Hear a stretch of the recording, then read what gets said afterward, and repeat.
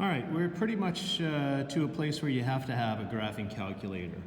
If the matrix didn't convince you that we would have one, basically you're not going to be able to survive much longer without a real graphing calculator, a TI-84 specifically.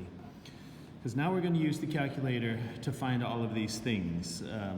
The vertex, we don't want to be able to spend all of our time doing this by hand. I had you go through it by hand.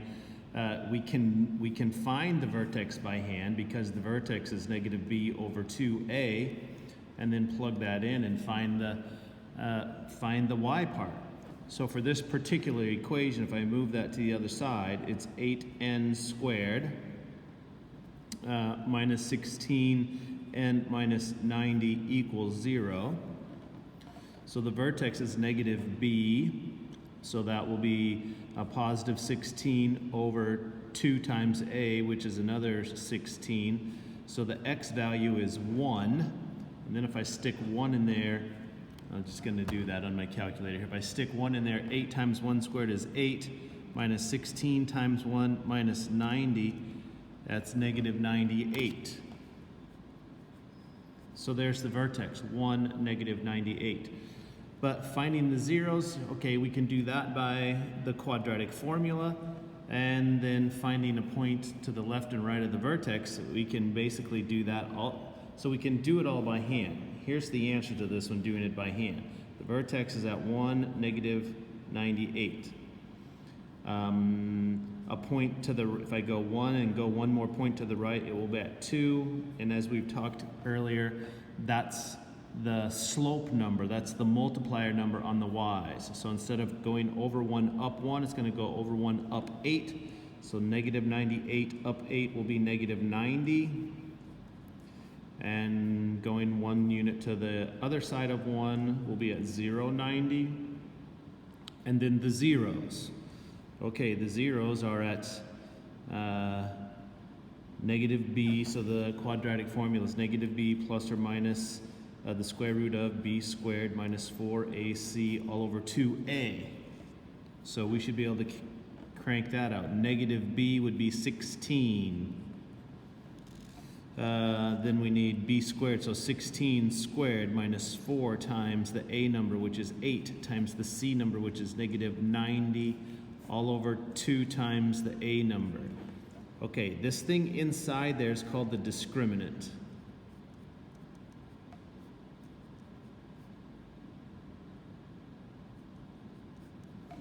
The discriminant. I can tell already if it has any zeros, because if this is negative, it's a square root of a negative number.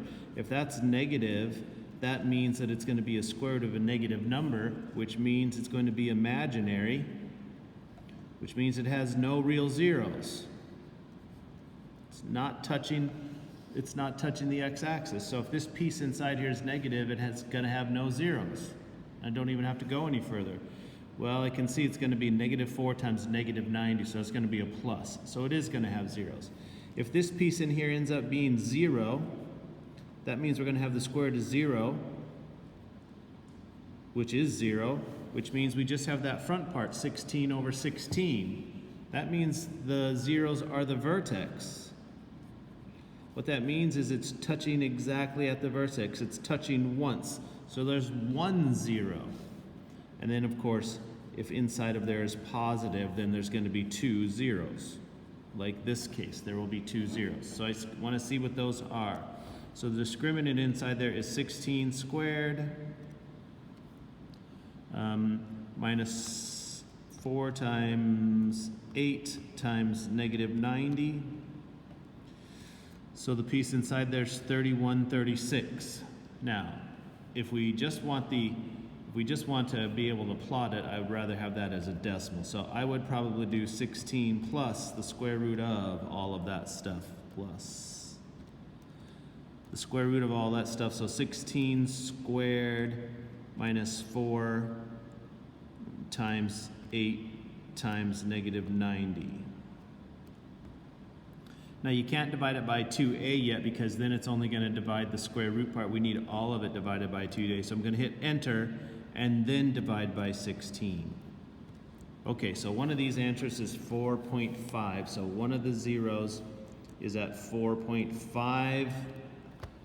Now I'm going to hit second enter. Second enter brings back the problem again. Second enter brings it back once. If I hit second enter again, it'll bring that up. And then I don't have to type all that in again. I'm just going to slide over and push a minus. And divide that by 16. The other zero is at negative 2.5.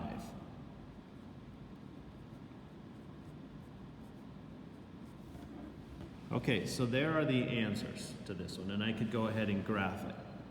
So I didn't really need a graphing calculator for that, but it took a long time. So if I wanted to plot that, so this one's obviously not going to fit on the grid very well. 1, negative 98, so I'll just pretend that's way down there at 1, negative 98. If it's way off the grid, you don't have to plot those two. And then the zeros are at negative 2.5, 0, and 4.5, 0. And there's the, so it's actually really, really, really deep. There it is on our little grid. Okay, but I want my calculator to show me all of that stuff. So here's how we can get all of that stuff without doing all of that work. Okay, let's type it in first. Go to the y equals. If you didn't see what I pushed there. So I'm going to hit the y equals symbol right there. Okay, we're going to type that in as 8x squared minus 16x minus 90. Okay, you see this little grid right here? On this paper, it's 8 by 8 by 8 by 8. Usually it's 10 by 10 by 10 by 10. Okay, we're going to learn a lot about this zoom button. If I hit zoom and go down to the 6th one, that stands for standard. That's going to put a grid of 10 to the right, 10 up, 10 left, and 10 down. See, there's 10 right, 10 up, 10 left, and 10 down.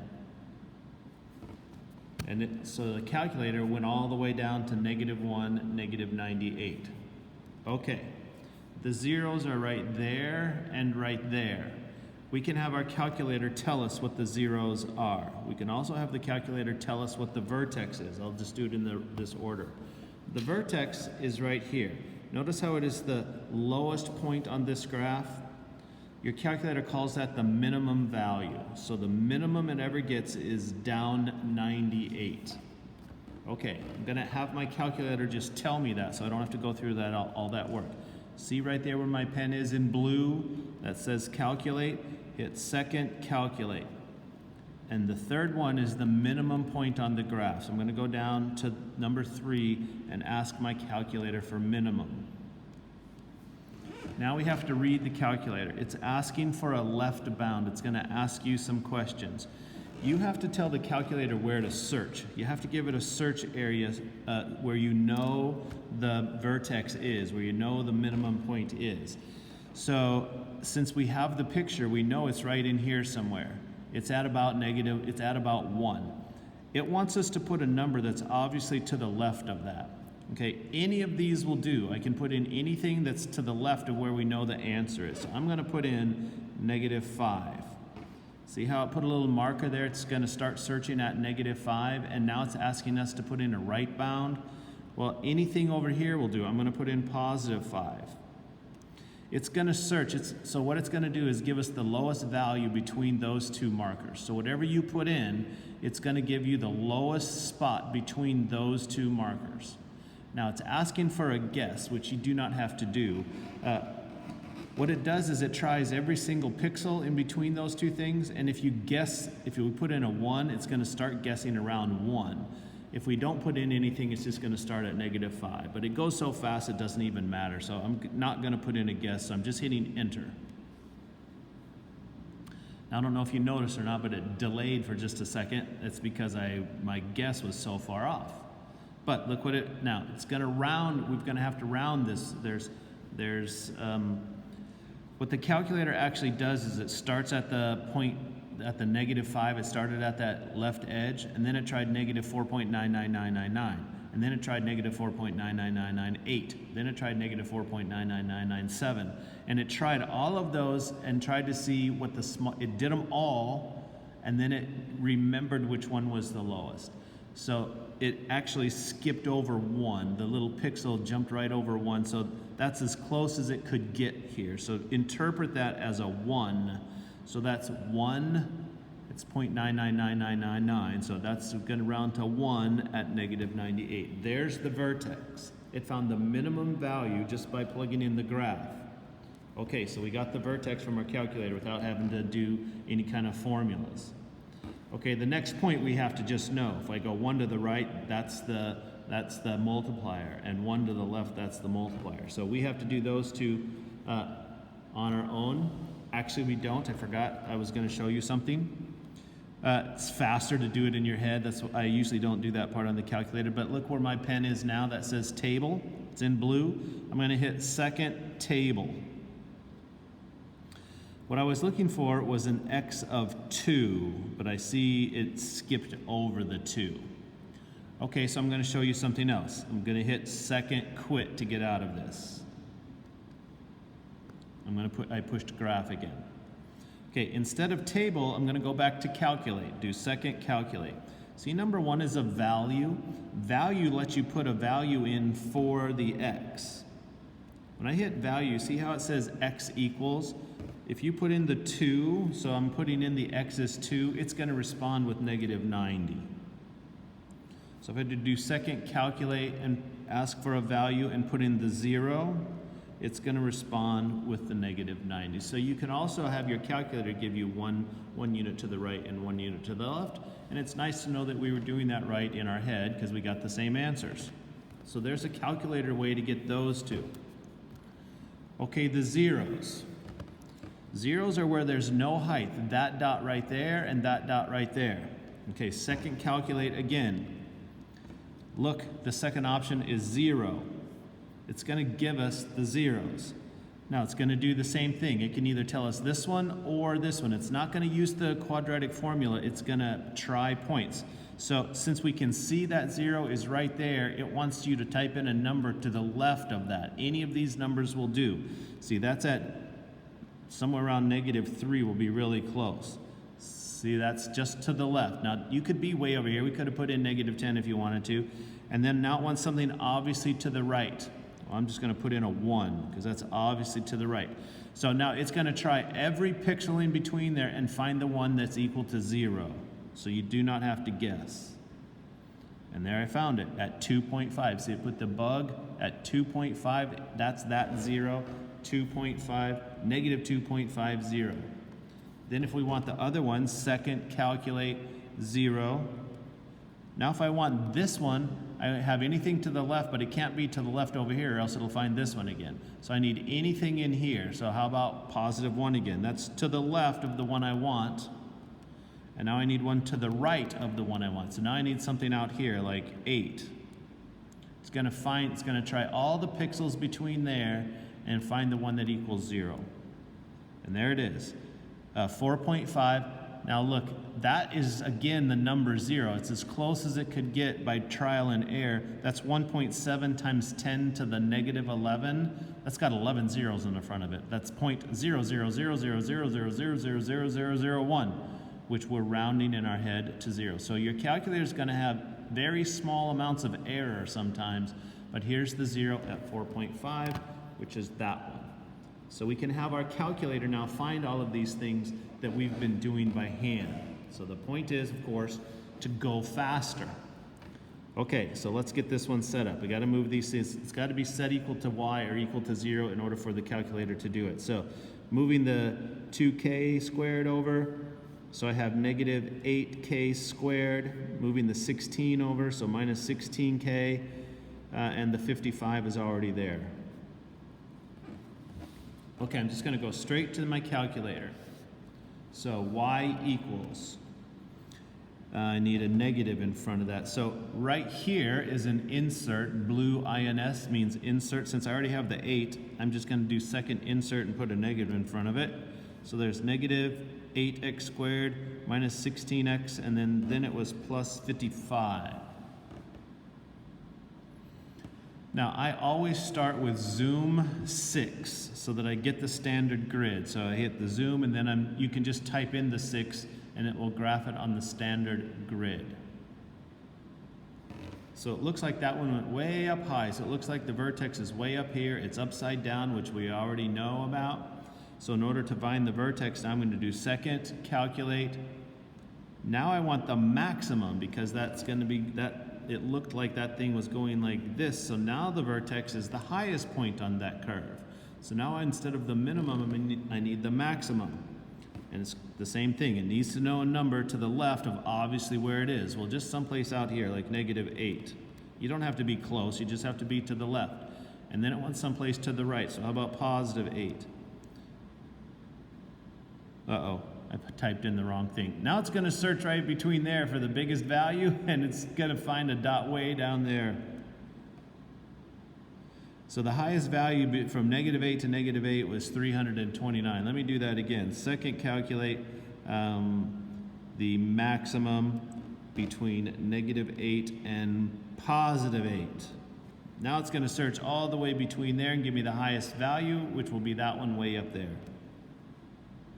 Okay, -1, 63, so it's up 63. So there's our vertex. -1, 63, check.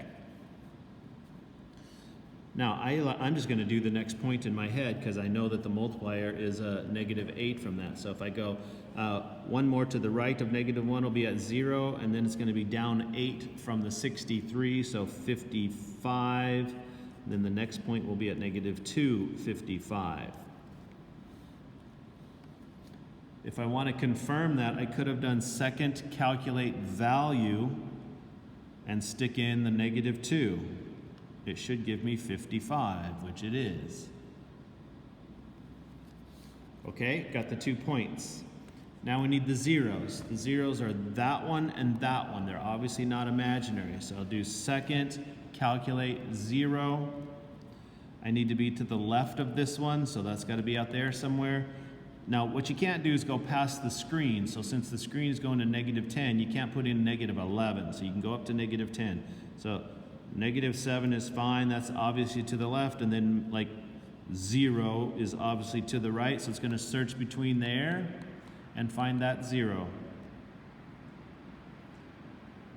Okay, so 3.81.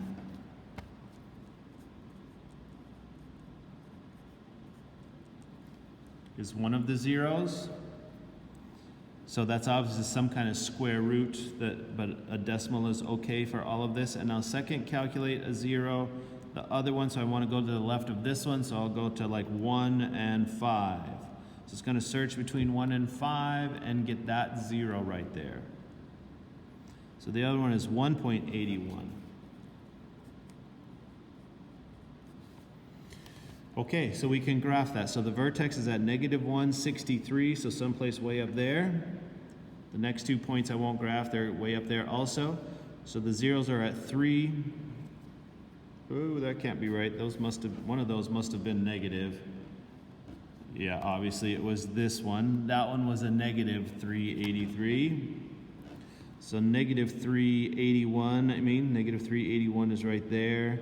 And +181 is right there, which fits our graph perfectly. Okay, so when you do these, I want you to box in those 5 answers and have a rough sketch of what it is. Okay, this says solve by completing the square, but it's not supposed to say that. I want you to use your calculator. So let's move this one to the other side. So I have 10p squared plus 13p minus 41 equals 0. Okay, there's going to be a little other issue for this. So sometimes when you put it on your calculator, there are some issues. So the rest of these now have some issues. Y equals. Okay, I'm going to go 10x squared plus 13x minus 41. Zoom 6 to get to the starting grid. Zoom 6. So there's our grid, 10 by 10 by 10. Okay, this one doesn't have any issues. All right, so that one should be easy. It should be normal. Right there's the vertex in between there, so we can search for the vertex. There's the 0 pretty obvious, and there's the 0 pretty obvious. So let's find those. Second, calculate. whichever one you want to find first. I'll find the vertex first. So it's obviously a minimum since it's way down here on the bottom of my calculator. So I want the minimum between, say, -8 and 8. That's a super wide range. That's obviously going to have the vertex in it. So it looks like it's 0.65 and 45,225. So there's our vertex at 0.65 and 45,225.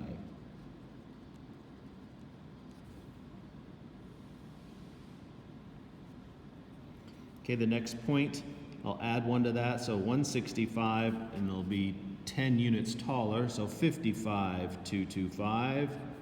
And the next point, I'll go to the left of that, so 0.65 minus 1 is -35, yeah. And then that will be at 55.225. Okay, then my zeros. So I'll go second calculate. So you have to have the graph on there first. So hit graph again. Second, calculate the zeros. I got to get to the left of this one, so like -8. And then to the right. Now I can't go 8 over here because that's going to catch them both. So you can't do, it'll crash if you do both of them. So make it like -1.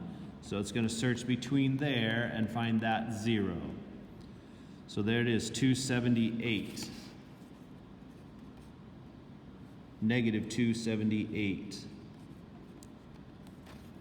And then the other one, second, calculate a 0.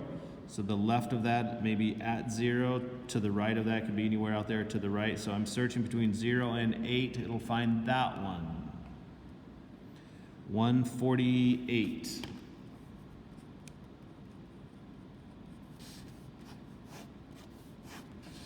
So there they are. So graphing that 0.65, that must have been -45 if it's going to be way down there. Let me check that again. There's no way that was right. Second, calculate the minimum between -8 and 8. Yes, it was -45. Okay, darn it. So adding 10 to that will make this -35. Okay, now let's plot it. So 0.65, -45, so not even 1, down way down here. I won't graph the other two since they're way off the grid. The zeros, so about 1.5, and about -2, almost -3. That vertex should always be right in the center. In fact, was it even at negatives? It was at -65. Good grief.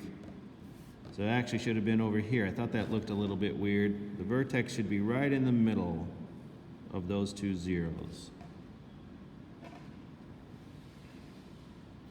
Okay, I was expecting there to be a different issue, so let's see how this one is. So I'll move the -6x squared over there, and then plus 10. So really we have x squared minus 19x plus 100. Okay, yeah, this one will have a calculator issue.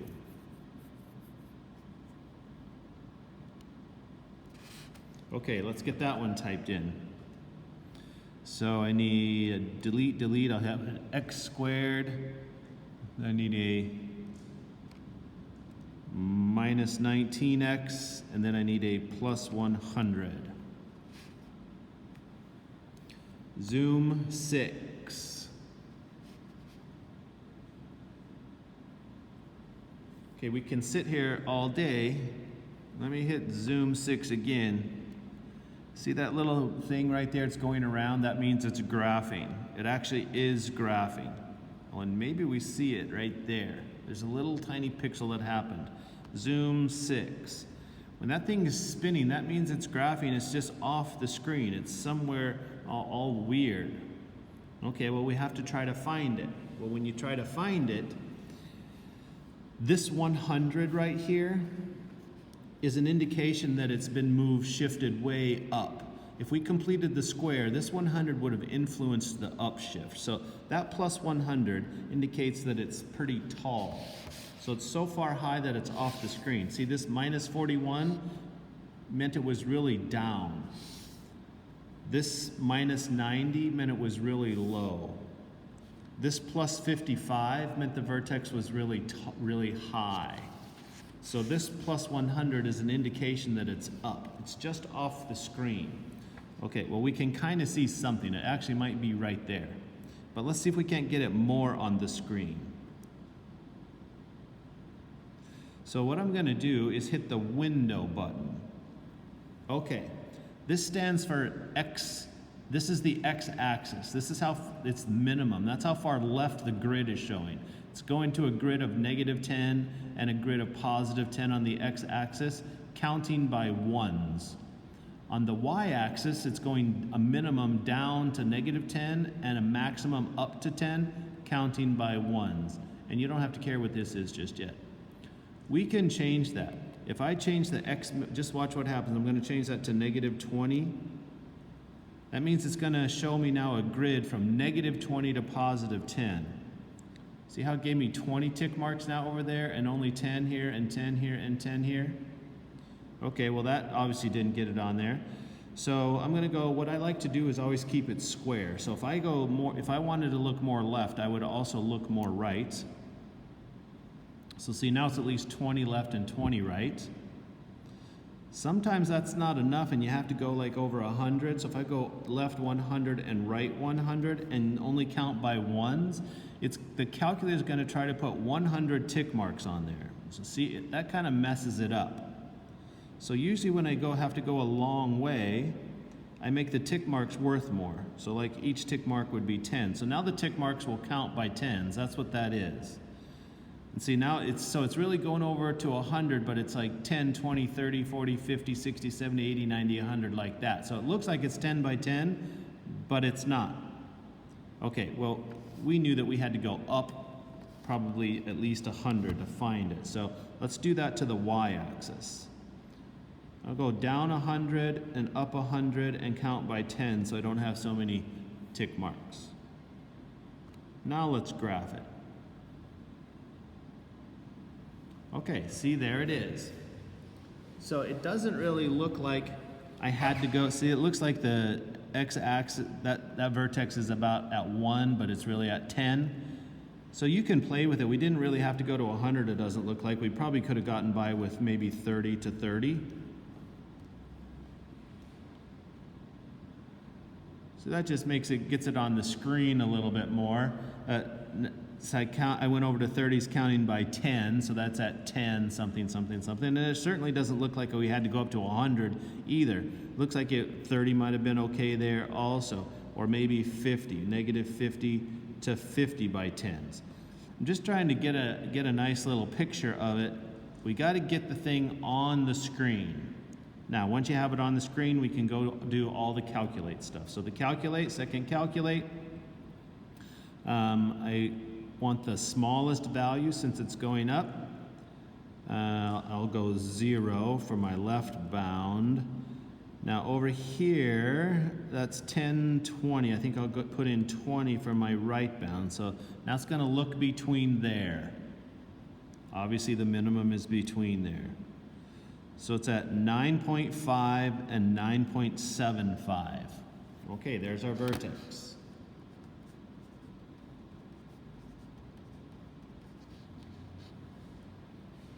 The next point, 10.5, and I know it's going to go up 1, so 10.75.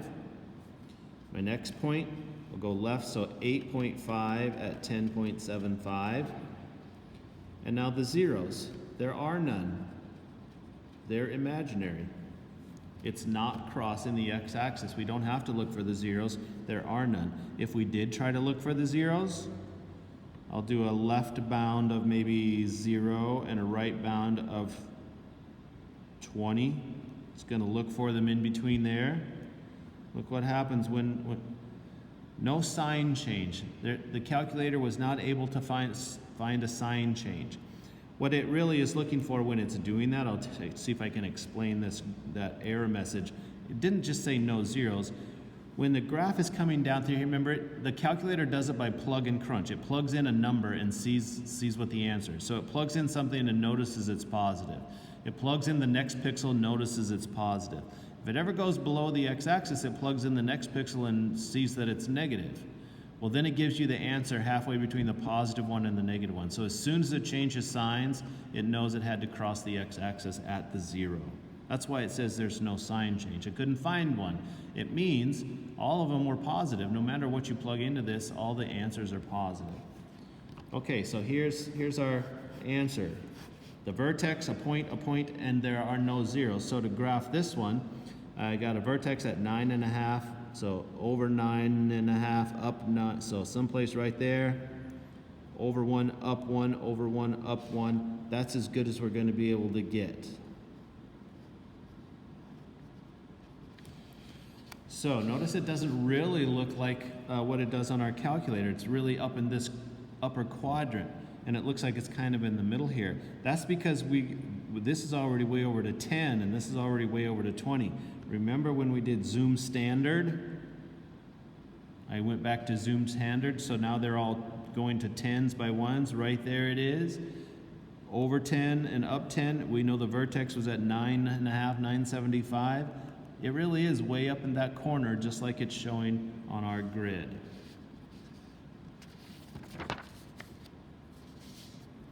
Okay, this is supposed to say use your calculator. All right, let's move this one over there. So it's really 3x squared plus 144x plus 1728. Okay, that's a really tall number. There is no way this is going to be on the calculator. It's going to be way too high. Okay, well, let's put it in.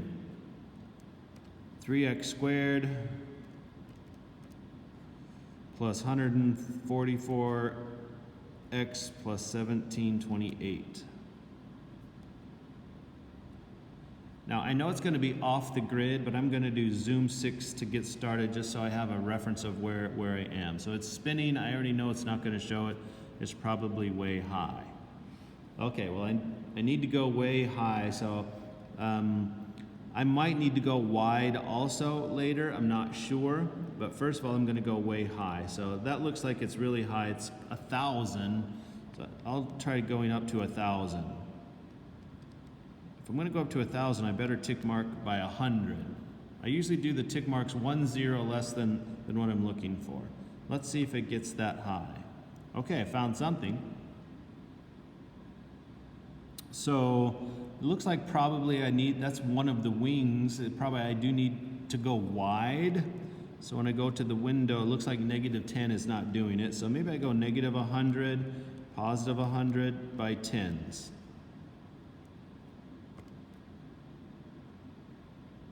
Okay, that did it.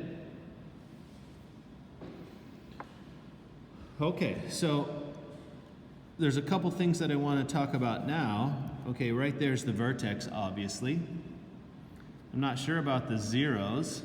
I'm so far zoomed out I can't really tell. Well, there's another advantage of this. Now that we've found it, I'm gonna try to zoom in to see if that actually goes under the x-axis or not. So there's a couple things we could do. We could just check the discriminant and see. How about I do that first? Remember the discriminant is, it's this part here. It's b squared, 144 squared minus 4 times a times c. See, I don't know if that's positive or negative. It's going to be close. 144 squared is a really big number, and that is a really big number. I think I'll check and see on my calculator. 144 squared minus 4 times 3 times 1728. I'm just looking to see if that's positive or negative. If it's negative, that means the picture never touches the graph. If it's positive, it means there's 2 zeros. Okay, it's exactly 0. That means it's the vertex. It's only touching once. Okay, so that's just touching one time at the vertex. Okay, there's another thing that I want to show on the zoom. Second zoom, oops, not second zoom, that gives me format. Just zoom. The very first one is something we haven't tried yet. So far we've done zoom standard. Zoom box is extremely useful.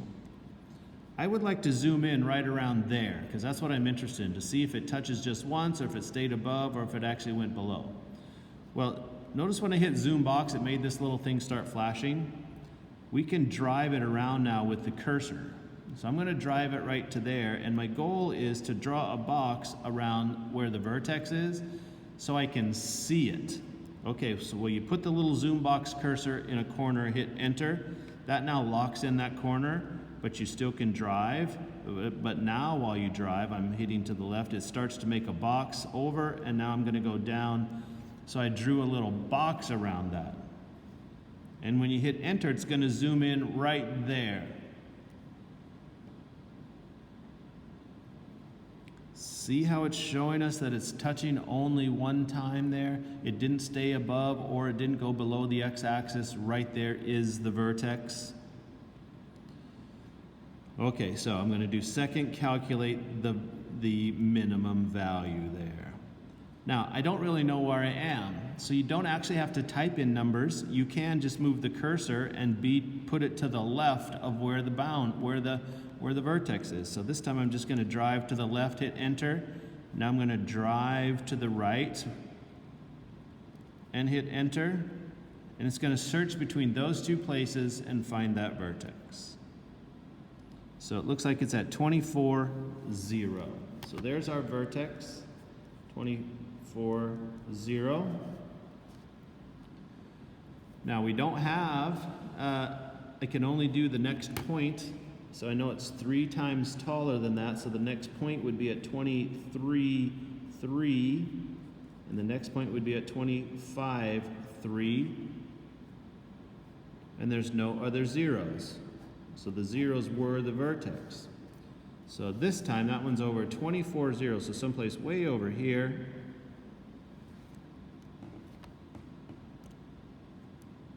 Let me put that window, is that right, or was that negative 20? Second, calculate the minimum. Is it at negative 24, 0? I'm having a hard time reading my calculator. Nope, positive 24, 0. So it's way over here, 24, and then at 23, up 3, 20 over 1, up 3. It's somewhere way over there, with this being 24, 0. I'm going to zoom standard again, just to make a point. So really, this one wasn't up 17. This graph wasn't up 1700. It was over. It was to the edge of my. It was too far to the right to be shown. So really, all I would have had, now that I know, we could have gone like to negative 40 and positive 40, maybe by tens, and that would have found it. See, why is that over there at negative 24, 0? Let me calculate that one more time. Second, calculate the minimum.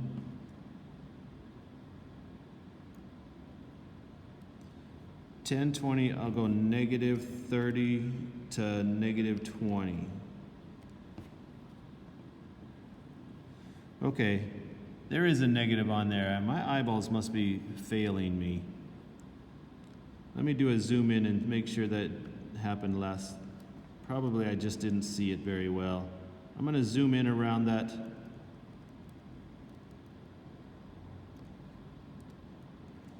So I hit the stick button, zoom box. I'm just going to draw a zoom box around that again. That's where we were. Second, calculate the minimum. Go to the left, go to the right. Okay, I see the negative on there now. It is negative. So that should have been negative 24. So that would have been negative 23 and negative 25. So it's way over here.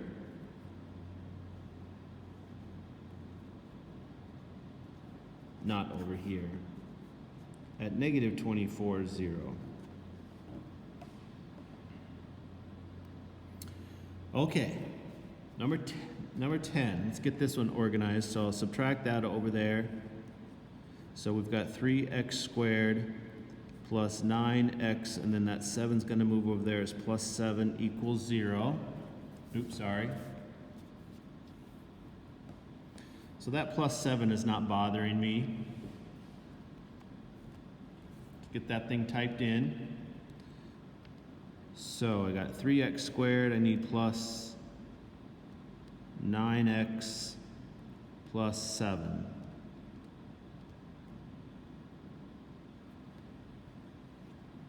Okay, if I just hit graph, it's still on that old zoom. So remember I did a zoom box to find that other one? So it's still on that old zoom. That's how come I always do zoom 6 right off the bat as a habit. So I'm going to do zoom 6 to get on a standard grid. Okay, looks very similar to the last one. But now if I look at it really closely, it looks like right there's the vertex again. Well, I have a couple options. I could put in the discriminant and see, or I could zoom in. So since I want to practice zoom box, I'm going to zoom in. So I hit zoom, zoom box. I'm going to bring this little thing over there, lock in one corner, go sideways and down and draw a little box around exactly where I would like to look at. It's going to zoom into that box. Now I can really tell, sure enough, there are no zeros. So I already know there are zeros is none. I could double check that with the discriminant, b squared minus 4ac. So sure enough, that's 81 minus 12 times 7, so 86. See, the discriminant is imaginary. So the math says none, and the machine says none. So really all I need to do is find the vertex. Second, calculate the minimum. Slide over to the left, slide over to the right, and there it is, negative 1.5.25.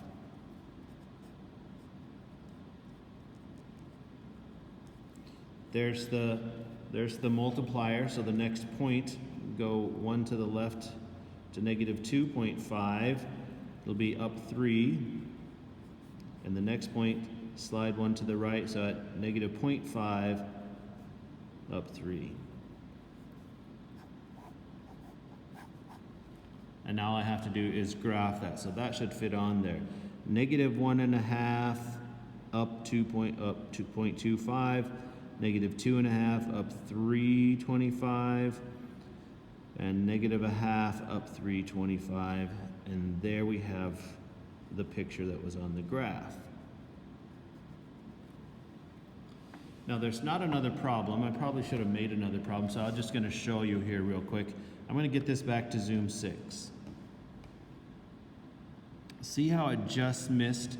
What if I lowered it just a little bit? What if I lowered that and made the 7 that was the up number 6.5? Can we tell? So it kind of looks like that did go under. So what if it was 6.7?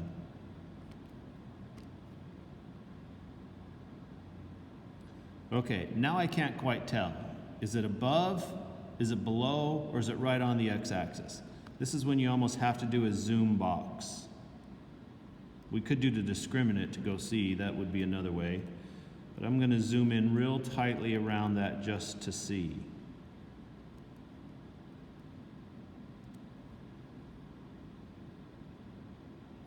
See, now when we zoom in, we can say, okay, sure enough, there are 2 zeros.